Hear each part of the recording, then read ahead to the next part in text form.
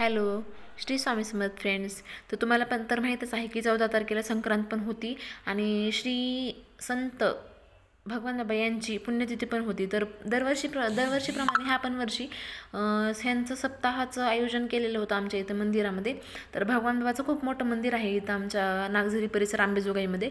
तर हे मंदिराला नक्की एखाद्या दिवशी येऊन भेट द्या, कारण खूप छान मंदिर आहे आणि मन प्रसन्न होतं. इथलचं वातावरण पण खूप मस्त आहे.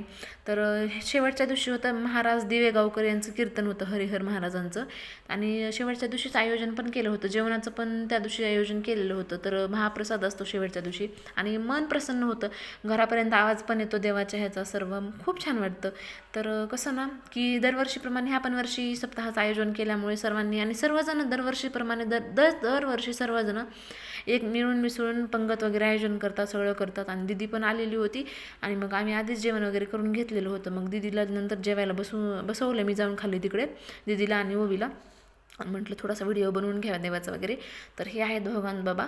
आणि मंदिरमध्ये पण कसं ना की खूप मोठं प्लेस आहे, खेळायला वगैरे लेकरं इथं येतात. मी पण एकदा ओवीला घेऊन आले होते इथं.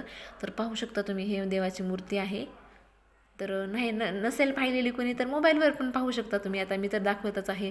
तर मागे आहे विठ्ठल रुक्माईचं पण मूर्ती आहे मागे, आणि खाली पंगत वगैरे बसलेली. तर सगळे मुलं माणसं मोठे वयस्कर वगैरे सगळेजण एकमेकांना मदत करतात पंगत वगैरे बांधण्यासाठी. तर असं होतं आमचा सप्त्याचा पूर्ण आठवड्याचा हे. तर 14 जानेवारीला माझ्या दिदीचा बड्डे पण असतो. तर त्यानिमित्ताने मग छोटंसं सेलिब्रेशन करावं म्हटलं घरचे घरी, कारण जेवण वगैरे करून आलो होतं. मग हॉटेलमध्ये पण नाही गेलो ह्यावेळेस आम्ही काही. तर मग मी आणि भैया जाऊन केक घेऊन आलो 9:15 वाजता रात्रीच्या.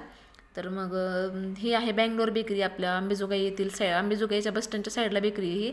तर नक्की एखाद्या दिवशी जाऊन भेट वगैरे द्या. तर तिथे केक पण छान असतात, फ्रेश असतात एकदम. तर थँक्यू. सबस्क्राईब नक्की करा.